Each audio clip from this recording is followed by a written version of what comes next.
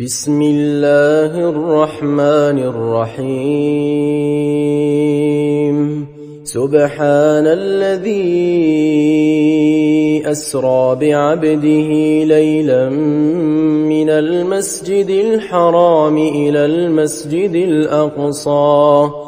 المسجد الأقصى الذي باركنا حوله لنريه من آياتنا إنه هو السميع البصير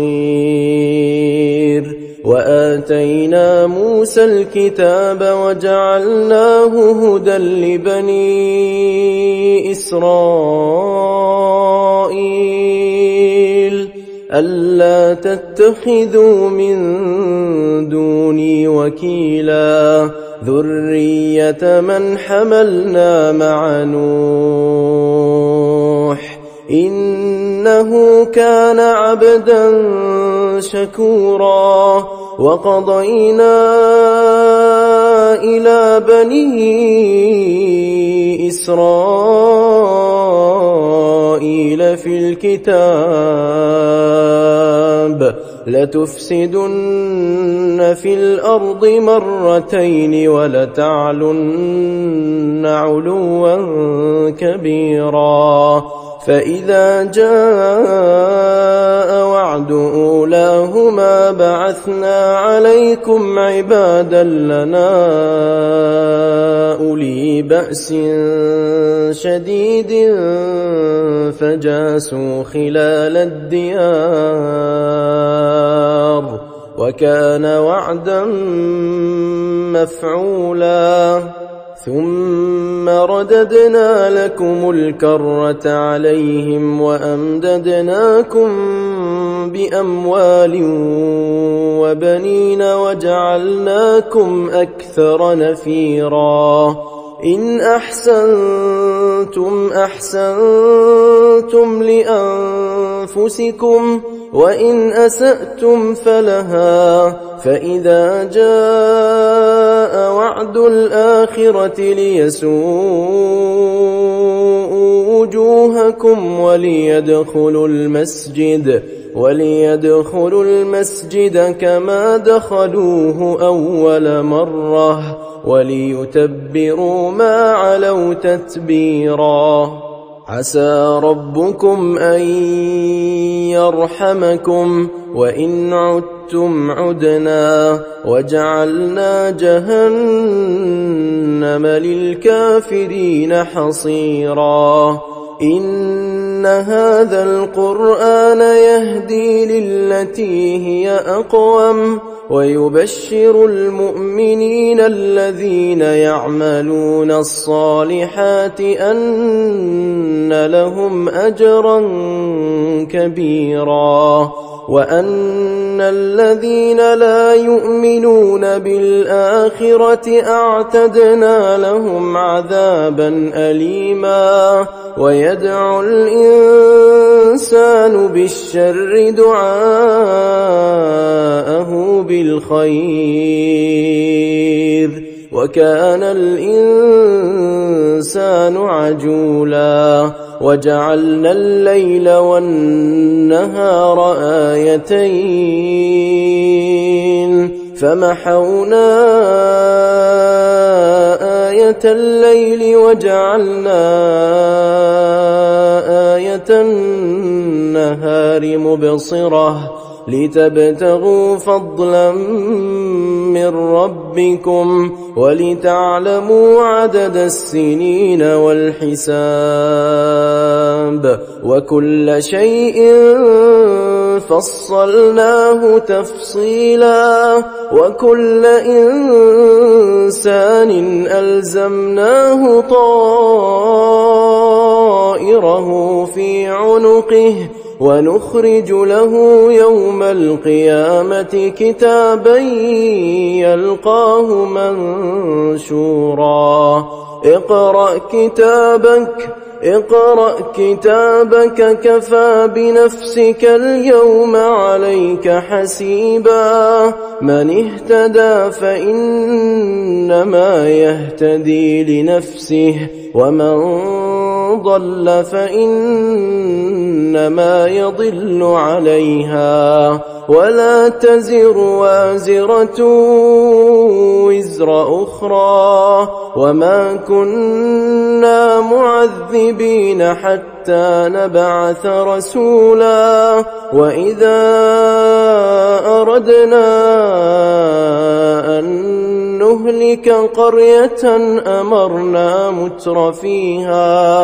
أمرنا متر فيها ففسقوا فيها فحق عليها القول فدمرناها تدميرا وكم أهلكنا من القرون من بعد نوح وكفى بربك بذنوب عباده خبيرا بصيرا من كان يريد العاجلة عجلنا له فيها ما نشاء لمن نريد ثم جعلنا له جهنم يصلاها مذموما مدحورا ومن أراد الآخرة وسعى لها سعيها وهو مؤمن فأولئك كان سعيهم مشكورا كلا نمد هؤلاء وهؤلاء من عطاء ربك وما كان عطاء ربك محظورا انظر كيف فضلنا بعضهم على بعض وللآخرة أكبر درجات وأكبر تفضيلا لا تجعل مع الله إلها آخر فتقعد مذموما مخذولا وقضى ربك ألا تعبدوا إلا إياه وبالوالدين إحسانا إما يبلغن عندك الكبر أحدهما أو كلاهما فلا تقل لهما أف ولا تنهرهما وقل لهما قولا كريما واخفض لهما جناح الذل من الرحمة وقل رب ارحمهما كما ربياني صغيرا ربكم أعلم بما في نفوسكم إن تكونوا صالحين فإنه كان للأوابين غفورا وآت ذا القربى حقه والمسكين وابن السبيل ولا تبذر تبذيرا إن المبذرين كانوا إخوان الشياطين وكان الشيطان لربه كفورا وإما تعرضن عنهم ابتغاء رحمة من ربك ترجوها فقل لهم قولا ميسورا ولا تجعل يدك مغلولة إلى عنقك ولا تبسطها كل البسط فتقعد ملوما محسورا إن ربك يبسط الرزق لمن يشاء ويقدر إنه كان بعباده خبيرا بصيرا ولا تقتلوا أولادكم خشية إملاق نحن نرزقهم وإياكم إن قتلهم كان خطأ كبيرا ولا تقربوا الزنا إنه كان فاحشة وساء سبيلا ولا تقتلوا النفس التي حرم الله إلا بالحق ومن قتل مظلوما فقد جعلنا لوليه سلطانا فلا يسرف في القتل إنه كان منصورا ولا تقربوا مال اليتيم إلا بالتي هي أحسن حتى يبلغ أشده وأوفوا بالعهد إن العهد كان مسؤولا وأوفوا الكيل إذا كلتم وزنوا بالقسطاس المستقيم ذلك خير وأحسن تأويلا ولا تقف ما ليس لك به علم إن السمع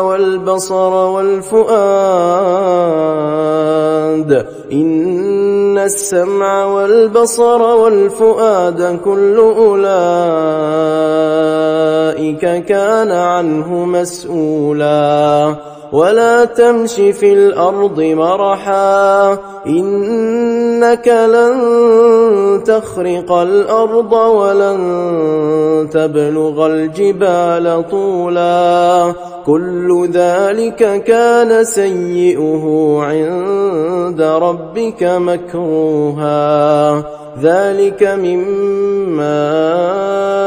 أوحى إليك ربك من الحكمة ولا تجعل مع الله إلها آخر فتلقى في جهنم ملوما مدحورا أفأصفاكم ربكم بالبنين واتخذ من الملائكة إناثا إنكم لتقولون قولا عظيما ولقد صرفنا في هذا القرآن ليذكروا وما يزيدهم إلا نفورا قل لو كان معه آلهة كما يقولون إذا لابتغوا إلى ذي العرش سبيلا سبحانه وتعالى عما يقولون علوا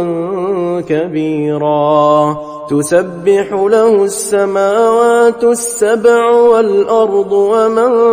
فيهن وإن من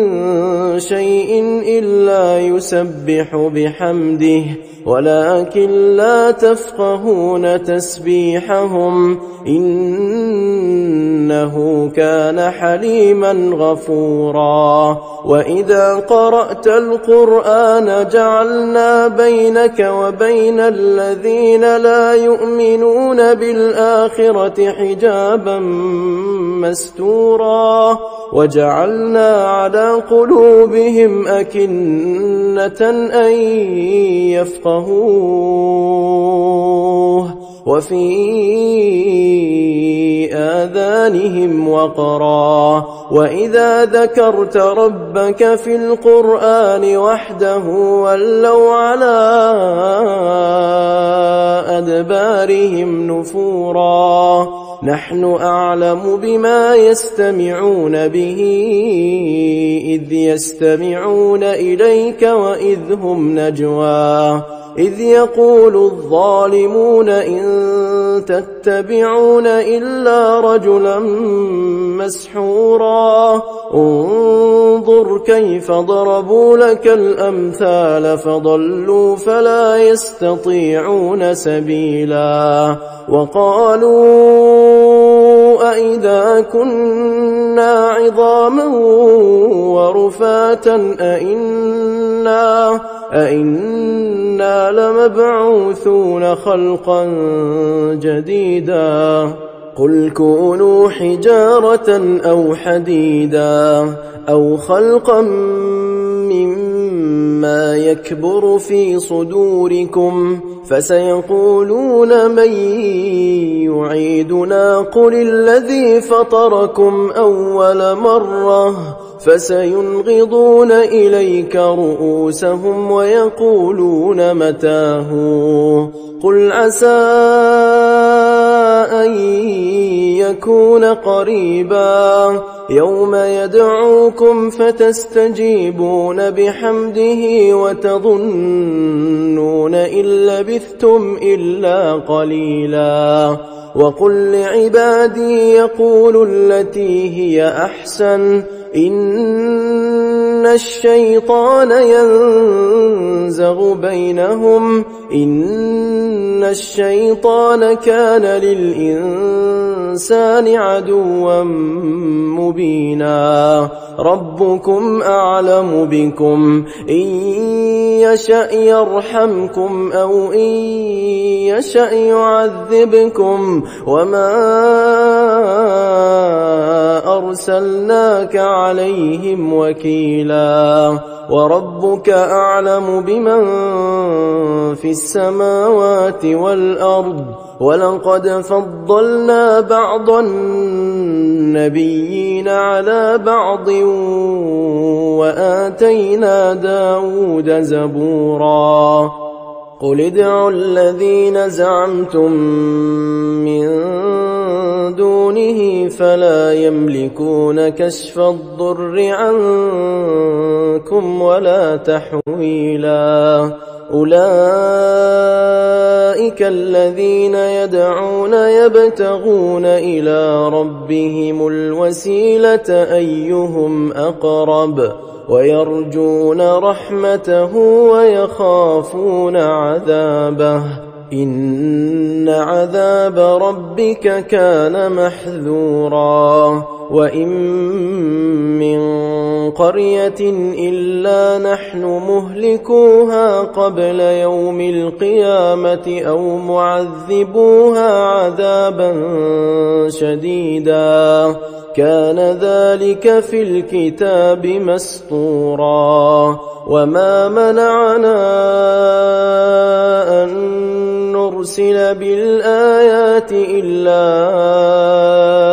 أن كذب بها الأولون وآتينا ثمود الناقة مبصرة فظلموا بها وما نرسل بالآيات إلا تخويفا وإذ قلنا لك إن ربك أحاط بالناس وما جعلنا الرؤيا التي أريناك إلا فتنة للناس والشجرة الملعونة في القرآن ونخوفهم فما يزيدهم إلا طغيانا كبيرا وإذ قلنا للملائكة اسجدوا لآدم فسجدوا إلا إبليس قال أأسجد لمن خلقت طينا قال أرأيتك هذا الذي كرمت علي لئن أخرتني إلى يوم القيامة لأحتنكن ذريته إلا قليلا قال اذهب فمن تبعك منهم فإن جهنم جزاؤكم جزاء موفورا واستفزز من استطعت منهم بصوتك وأجلب عليهم بخيلك ورجلك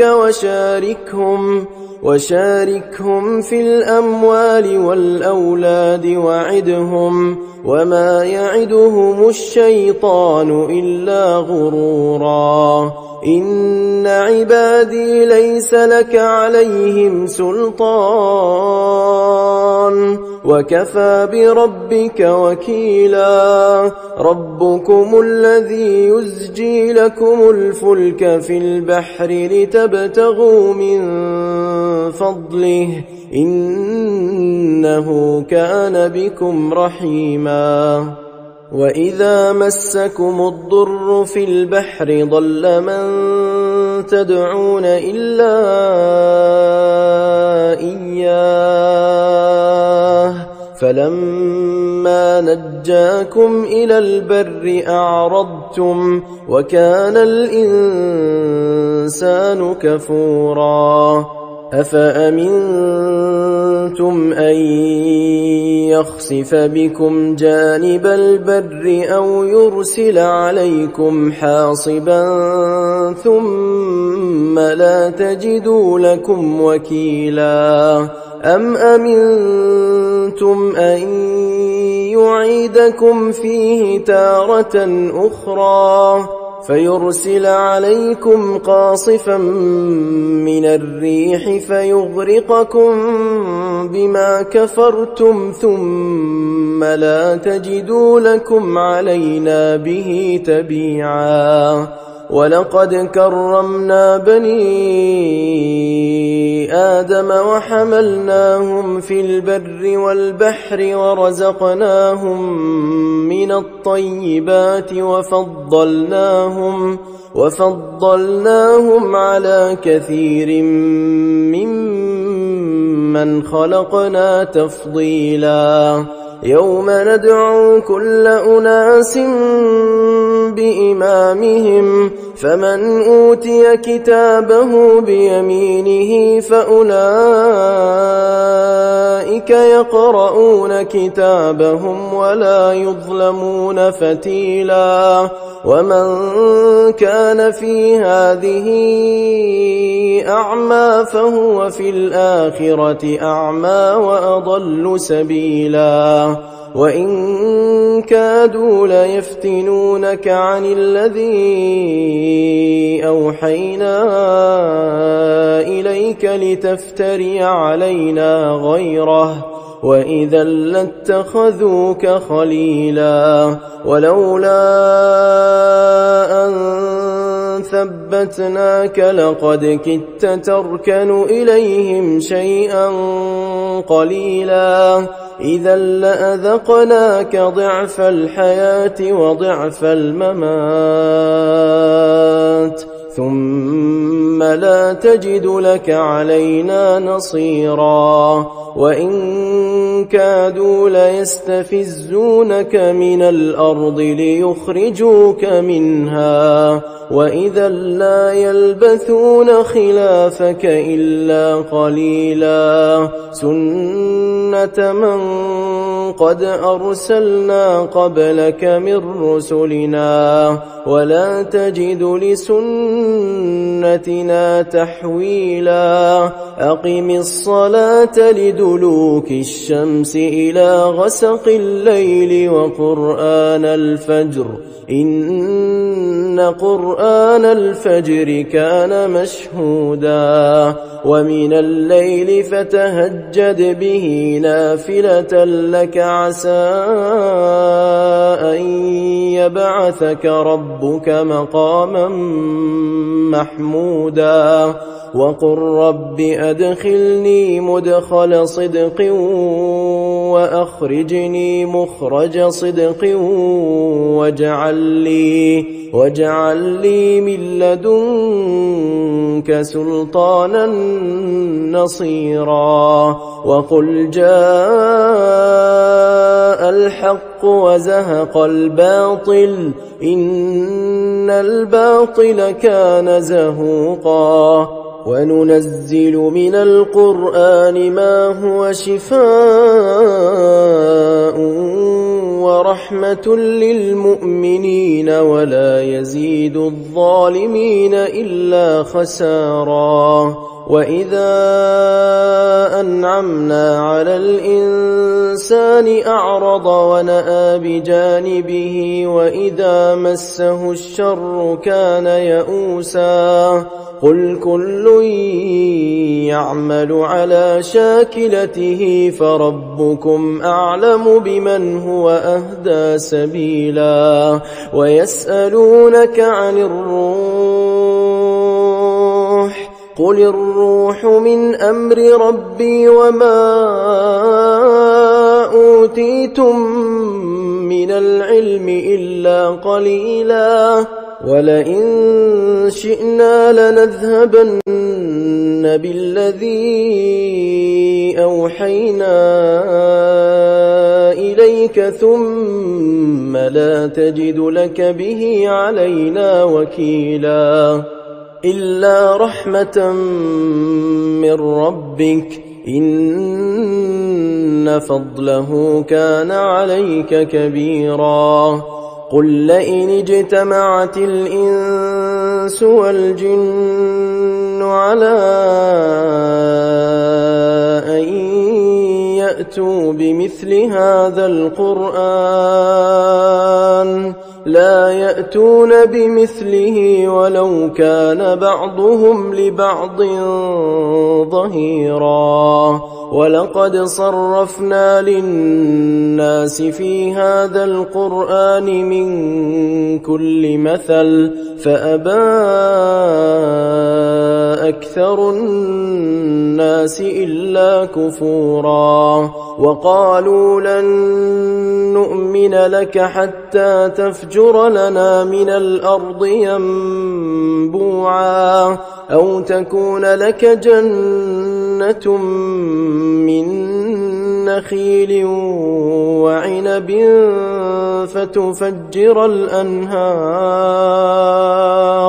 فتفجر الأنهار خلالها تفجيرا أو تسقط السماء كما زعمت علينا كسفا أو تأتي بالله والملائكة قبيلا أو يكون لك بيت من زخرف أو ترقى في السماء ولن نؤمن لرقيك حتى تنزل علينا كتابا نقرأه قل سبحان ربي هل كنت إلا بشرا رسولا وما منع الناس أن يؤمنوا إذ جاءهم الهدى إلا أن قالوا أبعث الله بشرا رسولا قل لو كان في الأرض ملائكة يمشون مطمئنين لنزلنا عليهم من السماء ملكا رسولا قل كفى بالله شهيدا بيني وبينكم إنه كان بعباده خبيرا بصيرا ومن يهد الله فهو المهتد ومن يضلل فلن تجد لهم أولياء من دونه ونحشرهم يوم القيامة على وجوههم عميا وبكما وصما مأواهم جهنم كلما خبت زدناهم سعيرا ذلك جزاؤهم بأنهم كفروا بآياتنا وقالوا أإذا كنا عظاما أإذا كنا عظاما ورفاتا أإنا لمبعوثون خلقا جديدا أولم يروا أن الله الذي خلق السماوات والأرض قادر على أن يخلق مثلهم وجعل لهم أجلا لا ريب فيه فأبى الظالمون إلا كفورا قل لو أنتم تملكون خزائن رحمة ربي إذا لأمسكتم خشية الإنفاق وكان الإنسان قتورا ولقد آتينا موسى 9 آيات بينات فاسأل بني إسرائيل إذ جاءهم